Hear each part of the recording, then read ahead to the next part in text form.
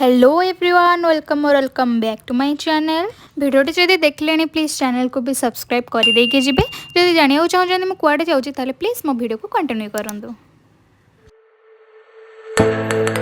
एते एक्साइटेड रे आस्थली टिके आलू परोटा खाई बुली हेले कौन हम दुकान तो बंद थिला। मो मन से पूरा खंड विखंड हो गला।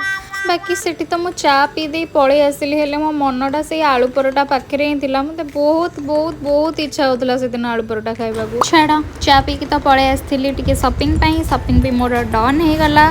देन एते जोर से भोक थिला जे माने आपण माने विश्वास करि परिबेनी से दिन बोते 4टा 4:30 पाखापाखि हो जाइतिला। मु किछि भी खाइ नथली। बस शॉपिंग कले कौन भोक शोष लागिबो कि सेथि टिके नूडल्स खाइ देला परे ही मो पेट पूरा फुल हो गला। मु किछि भी खाइ पाइ बाकी जहा जेमती खाई पळे आस्तिली मो घर को घरे टिके रेस्ट नौतली हेले इवनिंग रे मु पुणी गली मार्केट जेहेतु मु जो शॉपिंग करथिली किछि जिंस सेठी छाड़ी दे आसीथिली तो पुणी ताकू आनिबा को गली।